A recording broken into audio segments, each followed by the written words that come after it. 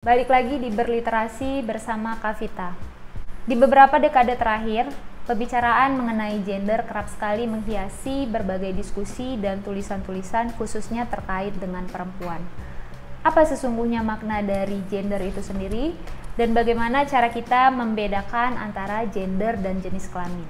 Di Berliterasi kali ini, saya akan mencoba membahas hal tersebut dengan memberikan sedikit teori dari Joanne W. Scott terkait gender, sekaligus juga akan memberikan semacam ilustrasi bagaimana konstruksi gender dibangun di serial Netflix. Silakan disaksikan video ini sampai akhir, jangan di-skip.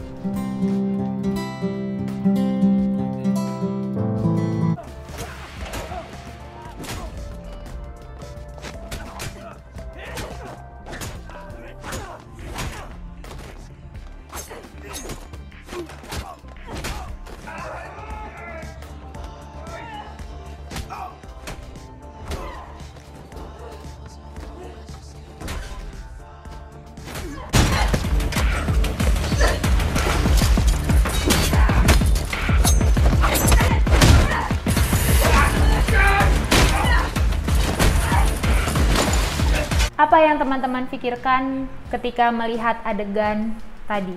Seorang perempuan yang memiliki kemampuan bertarung luar biasa, mampu mengalahkan laki-laki bahkan yang memiliki ukuran 2 kali tubuhnya.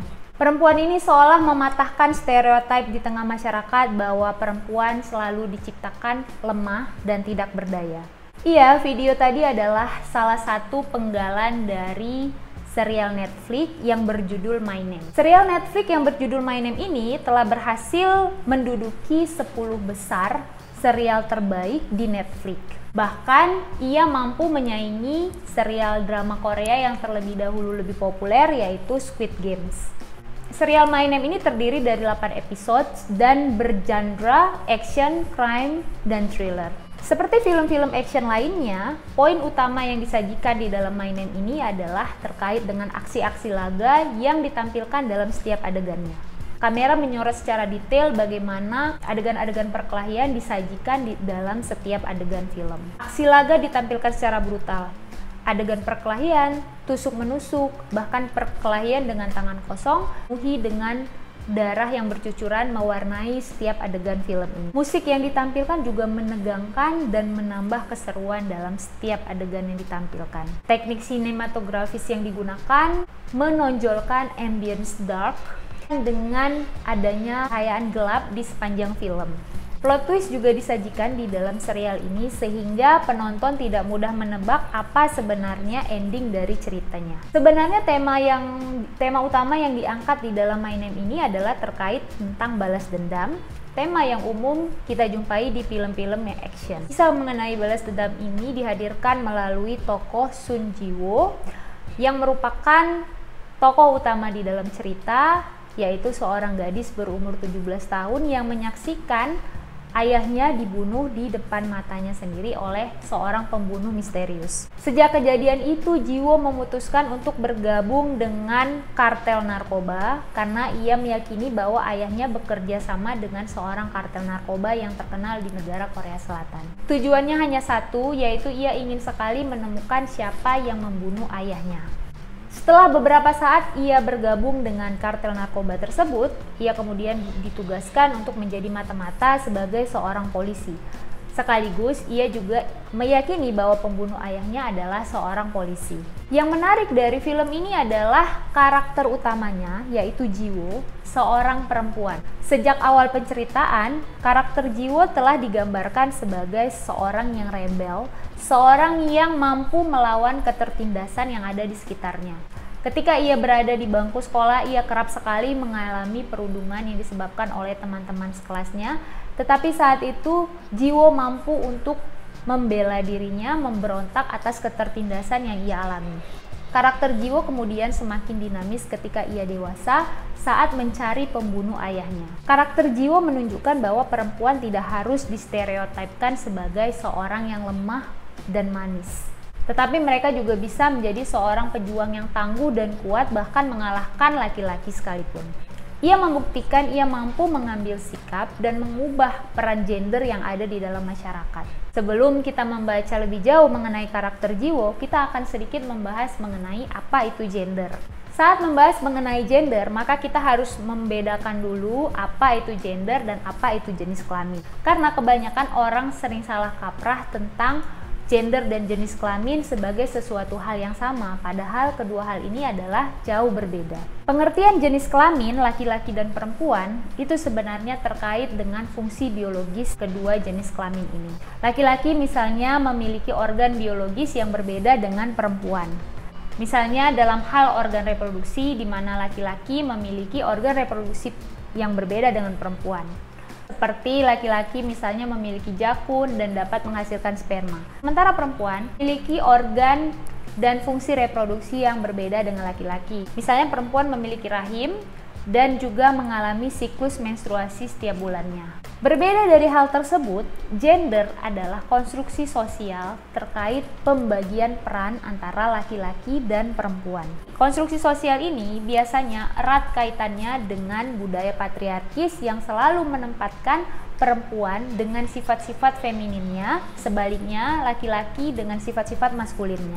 Dalam budaya patriarki yang berlaku ini, maskulinitas itu selalu diidentikan dengan sifat-sifat yang aktif, suka berpetualang, suka mendominasi, rasional, dan kreatif. Sedangkan femininitas selalu mewakili sifat-sifat yang pasif, tidak rasional, bahkan konvensional. Identifikasi seperti inilah yang menjadi dasar kekuasaan dan dominasi laki-laki terhadap perempuan, dan inilah yang ditentang oleh kaum feminis. Menurut Joan W. Scott di dalam tulisannya Gender: A Useful of Historical Analysis, gender itu selalu berkaitan dengan relasi kuasa. Di dalam pembagian peran gender telah berlangsung yang dinamakan Scott sebagai relasi kuasa yang terjadi secara alamiah, sehingga ia menyebutkan ini semacam ideologi. Konstruksi tersebut didasarkan oleh pembagian peran antara laki-laki dan perempuan. Jenis kelamin tersebut diasumsikan memiliki sifat-sifat tertentu yang berbeda satu sama lain. Aspek biologis yang diidentikan dengan sifat-sifat yang berbeda ini kemudian diterjemahkan menjadi peran-peran sosial yang berlaku di tengah masyarakat yang berbudaya patriarki. Laki-laki dipandang memiliki sifat-sifat yang aktif, tegas, mampu mengambil keputusan, kemudian rasional, sehingga ia dipandang lebih cocok sebagai penanggung jawab, pemimpin, bahkan pengambil keputusan. Sementara perempuan dihargai karena sifat reproduksinya, kemudian sifat kasihnya, sehingga ia dipandang lebih cocok untuk melakukan tugas-tugas sekunder seperti pengayom suami, bahkan pendukung suami. Balik lagi kita ke dalam serial drama No Name ini. Representasi tokoh Sun Jiwo di dalam My Name ini seolah meruntuhkan persepsi mengenai ideologi gender yang patriarkis tadi.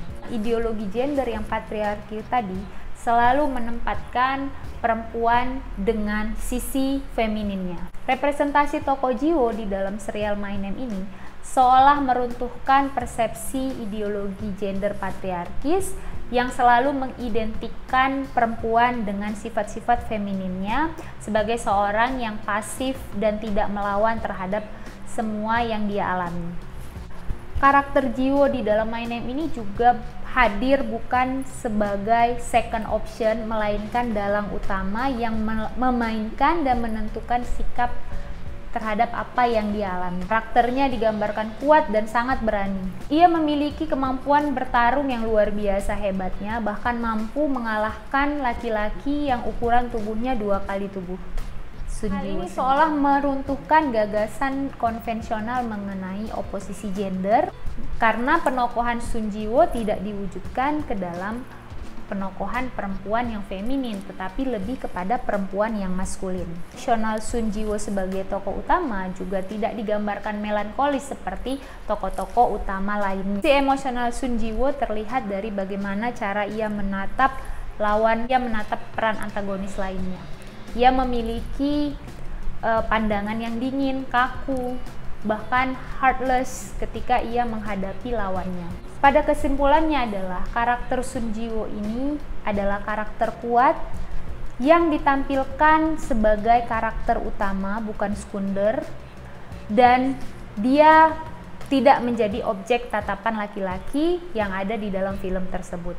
Ini dibuktikan dengan kostum yang dia gunakan yang tidak memperlihatkannya sebagai objek tatapan laki-laki. Dia mampu memainkan perannya sebagai seorang protagonis tangguh, mampu menyelamatkan dirinya tanpa harus melibatkan tokoh laki-laki.